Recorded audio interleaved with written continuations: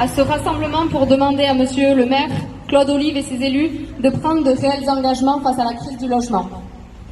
Comme vous le savez, le collectif Ostia occupe depuis le vendredi 15 le jardin de la résidence Léo de la Chambre d'Amour, comprenant 20 logements luxueux et 2 villas de prestige où le mètre carré s'y est vendu entre 10 et 12 000 euros le mètre carré.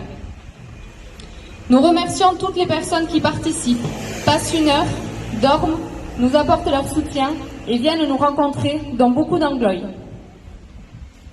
Nous avons déjà de nombreux soutiens, des collectifs d'habitants anglois comme Agir avant de subir, l'Ours India, de nombreux élus ou encore le Comité de défense des droits de l'homme du Pays Basque. Dès notre arrivée, nous avons invité nos élus anglois à venir nous rencontrer pour nous entendre et échanger sur la problématique du logement. Mais aucun n'est venu, sauf 2 passés par hasard, dont Madame Moueska, adjointe au logement social, que je cite, n'avait pas le temps et avait, elle, une vie de famille. C'est pour cela que nous avons appelé un rassemblement ce jour devant la mairie, afin de faire entendre notre voix à tous. Nous avons appris cet après-midi que nous aurions un rendez-vous demain après-midi avec Monsieur le maire.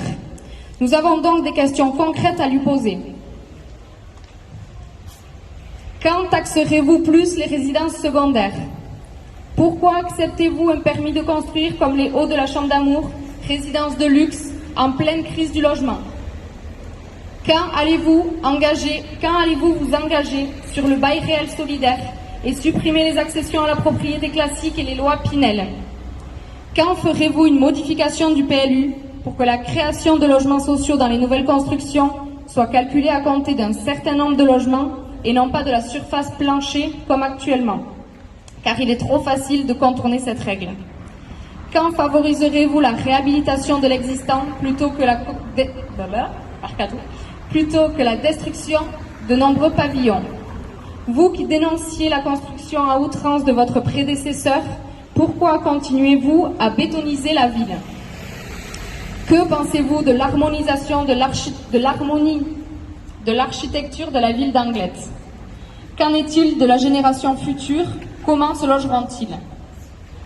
Nous nous félicitions du vote de la mesure de compensation, mais souhaitons savoir pourquoi la mairie d'Anglet s'abstient-elle. Au cours du dernier vote, il y a eu 44 abstentions, dont 14 anglois, dont M. Bleuz, adjoint au tourisme, Mme Moueska, déléguée au logement social, Mme Lasserre, conseillère municipale anglois et députée, M. Chasserio, adjoint aux finances, et M. le maire Claude Olive.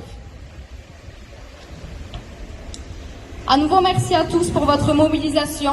Nous vous rappelons qu'une pétition est en ligne sur le site change.org sous le nom « Pour que Claude Olive prenne enfin des engagements sur la problématique du logement », qui a déjà été signée par plus de 1500 personnes en 2 jours. Enfin, nous tenons à insister sur le fait que les démarches entreprises sont dans le but de servir l'intérêt général anglois, protéger la génération future et la pérennité de la côte.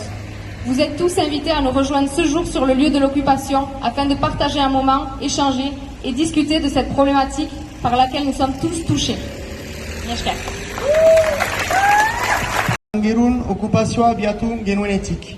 Bost hori zen, Arbonako, Berruetako zelai eta etxeetan iazko udan, ELB eta Lurzandiak abiatu okupazioa sustengatzeko hautatu genuen izena. Hortik, bost Ostia bilakatu da. Okupazio sare tematsua irabazi arte eta geroztik egi desberdinetako dinamikak lotzen dituen sarea martxan da. Ez gira bakarrak, ipar Euskal Herrian etxegintzak eta lurrak bizi duten krisi globala salatu eta aterabide onargarriak atxemateko hainbat elkarte ari dira lanean. Eta garaipenak ere baditugu herritarren mobilizazioari esker. Hala nura, Urkoien, pixe promotoreak abiatu nahi zuen proiektua geldituz. Azkarate, Irisari, Baiona, Lakarri, Ainoa, Aziritze, Ahatsa, Baigorri edo Kambo, hainbat lekutan lurren artifiziazioa oztopatzeko dinamikak biderkatzen ari dira. Segi dezagun aintzina. Angeruko okupazioari dagokionez, lehen helburua saraketa ekintza baten antolatzea izan da. jendeak ongi ikus dezan Robert Aldai promotorea zer motako politika ari den egiten. Angeruko erriko etxearen laguntzarekin. Eta Lapurdiko kostaldeak badu arazo berezi eta larria. Betoina, betoina eta betoina. Ditugun etxe hutsak berritu ordez, bigarren etxe bizitzak instalatzen utziz, Airbnb bezalako alokatzei ateak idekiz. Hori da nahi dugun eredua, etxe bizitza negozioa izan ordez, funtsesko behar eta eskubidea da. Aseak, itoak egira. Errepideak, supermerkatuak, aparkarekuak, agentzia imobiliarioak, denak ari dira lekuen jaten.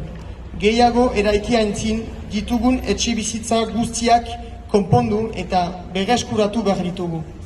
Kostaldetik barne kaldera, okupazio iraunkorra proiektu horien gelditzeko tresna aproposa da.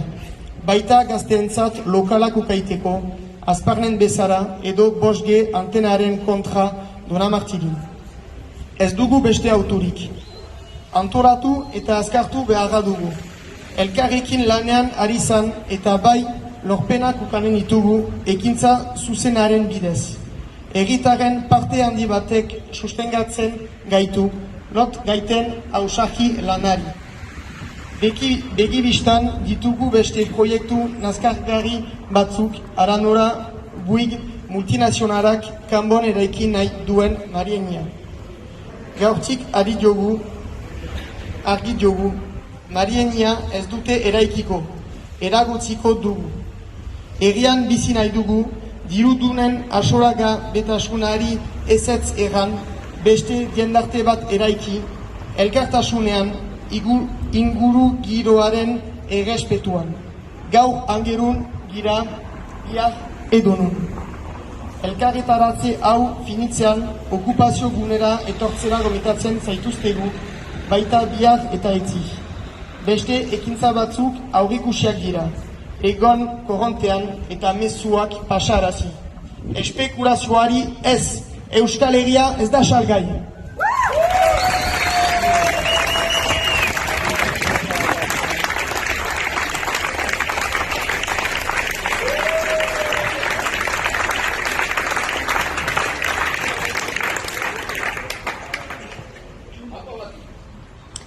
Tout d'abord,